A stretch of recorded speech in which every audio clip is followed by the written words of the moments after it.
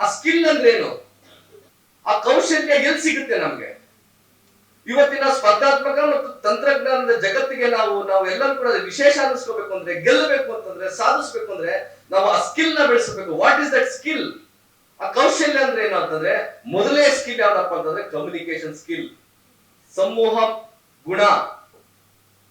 ನಾವು ಹೇಗೆ ಈ ಸಮಾಜದ ಜೊತೆಗೆ ಸಂವಹನ ಮಾಡ್ತೇವೆ, ನನ್ನ ಸ್ನೇಹಿತರ ಜೊತೆ ಹೇಗೆ ಕಮ್ಯುನಿಕೇಟ್ ಮಾಡ್ತೇನೆ, ನನ್ನ ತಂದೆ ತಾಯಿಗಳ ಜೊತೆ ಹೇಗೆ ಮಾತಾಡ್ತೇನೆ, ನನ್ನ ಶಿಕ್ಷಕರ ಜೊತೆ ಹೇಗೆ ಮಾತಾಡ್ತೇನೆ, ನನ್ನ ಆತ್ಮೀಯರ ಜೊತೆ ಹೇಗೆ ಮಾತಾಡ್ತೇನೆ, ನನ್ನ ಆ ಕಮ್ಯುನಿಕೇಶನ್ ಸ್ಕಿಲ್ ಅದು ನೀವು ರೂಢಿಸ್ಕೊಳ್ಳೇಬೇಕು.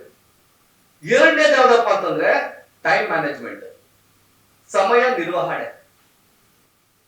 ಆ ಸಮಯ ನಿರ್ವಹಣೆ ನಮ್ಗಿಲ್ಲ ಅಂದ್ರೆ ನಾವು ಬೆಳಗ್ಗೆ ಏಳೋದ್ರಿಂದ ರಾತ್ರಿ ಮಲಗೋವರೆಗೂ ಯಾವ್ಯಾವ್ದಕ್ಕೆ ಎಷ್ಟೆಷ್ಟು ಸಮಯವನ್ನ ವಿನಿಯೋಗಿಸ್ತೀವಿ, ಡೆಡಿಕೇಟ್ ಮಾಡ್ತೇವೆ, ಮತ್ತೆ ಅದಕ್ಕೆ ಎಷ್ಟು ಮೀಸಲಿಡ್ತೀವಿ ಅಂತೇಳಿ ಪ್ಲಾನ್ ಮಾಡದೆ ಹೋದ್ರೆ ನೀವು ನಾನು ಹೇಳ್ತಾರೆ ಈ ಮೂರು ಜಗತ್ತನ್ನ ನೀವು ಮೆಟ್ಟಿ ನಿಲ್ಲಿಕ್ಕೆ ಆಗೋದಿಲ್ಲ. ಮೂರನೇದು ಯಾವ್ದಪ್ಪ ಅಂತಂದ್ರೆ ವಿಭಿನ್ನವಾಗಿ ಆಲೋಚನೆ ಮಾಡ್ತಾರೆ, ಕ್ರಿಟಿಕಲ್ ಥಿಂಕರ್ಸ್ ಅಂತ ಕರೀತಾರೆ. ನಾವು ಎಲ್ಲರಾಗಿ ಯೋಚನೆ ಮಾಡಕ್ ಆಗೋದಿಲ್ಲ.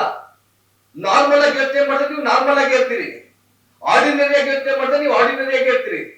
ಒಂದು ಸಿನಿಮಾವನ್ನ ಹೋಗಿ ನೀವು 100 ಜನ ಕುತ್ಕೊಂಡು ನೋಡಿ, ಆ 100 ಜನಕ್ಕೆ ಒಂದೇ ತರ ಸಿನಿಮಾ ಕಂಡ್ರೆ ಅದು ಪ್ರಯತ್ನ 100ನೇವರಾಗಿ ನೀವು ಆ ಸಿನಿಮಾವನ್ನ ಬೇರೆ ತರದಲ್ಲೇ ಗ್ರಹಿಸಬೇಕಾಗ್ತದೆ, ಬೇರೆ ತರದಲ್ಲೇ ನೋಡ್ಬೇಕಾಗ್ತದೆ, ನಿಮ್ಗೆ ಬೇರೆ ಆಲೋಚನೆನೇ ಕೂಡ ನಿಮ್ಗೆ ಬರ್ಬೇಕಾಗ್ತದೆ. ನಾಲ್ಕನೇದು ಅದು ಲೀಡರ್ಶಿಪ್ ಕ್ವಾಲಿಟಿ. ಮೇಡಮ್ ಅದನ್ನ ಮಾತಾಡ್ತಾ ಹೇಳಿದ್ರು, ಇಲ್ಲಿ ಒಂದು ಹೆಣ್ಮಗಳು ಆಕೆ ಏನು ಹಾಡನ್ನ ಹಾಡಿದ್ಲು, ಜೊತೆಗೆ ಟೀಮ್ ಅದನ್ನ ಲೀಡ್ ಮಾಡ್ಲಿಲ್ಲ ಅಂತ ಹೇಳಿ. ಆ ಸ್ಕಿಲ್ ಅಲ್ಲಿ ಬರುವಂತದ್ದು ನಾಲ್ಕನೇದು ಲೀಡರ್ಶಿಪ್ ಕ್ವಾಲಿಟಿ. ಆ ನಾಯಕತ್ವದ ಗುಣ ನಿಮಗೆ ಬೇಕು. ಎಲ್ಲರನ್ನೂ ಒಗ್ಗೂಡಿಸ್ಕೊಂಡು ಜೊತೆಗೆ ಕರ್ಕೊಂಡು ಹೋಗುವಂತಹ ಆ ಗುಣಗಳು ಬೆಳಿಬೇಕು. ಐದನೇದು ಡಿಜಿಟಲ್ ನಾಲೆಡ್ಜ್, ಆ ತಂತ್ರಜ್ಞಾನದ. ಮೇಡಮ್ ನಾನು ಅಪ್ರಿಶಿಯೇಟ್ ಮಾಡಿದೆ.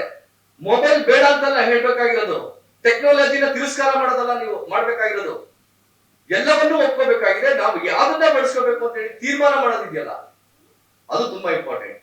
ಈ 5 ಸ್ಕಿಲ್ ಎಲ್ಲಿ ಸಿಗುತ್ತಪ್ಪ ಅಂದ್ರೆ ಥಿಯೇಟರ್ನಲ್ಲಿ ಸಿಗುತ್ತೆ, ರಂಗ ತರಬೇತಿಯಲ್ಲಿ ಸಿಗುತ್ತೆ.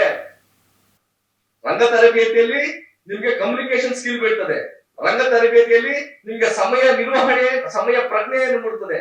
ನಿಮ್ಗೆ ಥಿಯೇಟರ್ ನಲ್ಲಿ ನಿಮ್ಗೆ ವಿಭಿನ್ನವಾಗಿ ಆಲೋಚನೆ ಮಾಡುವಂತ ಗುಣ ಬೆಳೆಯುತ್ತದೆ, ಥಿಯೇಟರ್ ನಲ್ಲಿ ನಿಮ್ಗೆ ನಾಯಕತ್ವದ ಗುಣ ಬೆಳೆಯುತ್ತದೆ, ಮತ್ತೆ ನಿಮ್ಗೆ ಥಿಯೇಟರ್ ನಲ್ಲಿ ಈಗ ಆಧುನಿಕ ಇದರಲ್ಲಿ ನಿಮ್ಗೆ ಡಿಜಿಟಲ್ ನಾಲೆಜ್ ಕೂಡ ಬೆಳೆಯುತ್ತದೆ.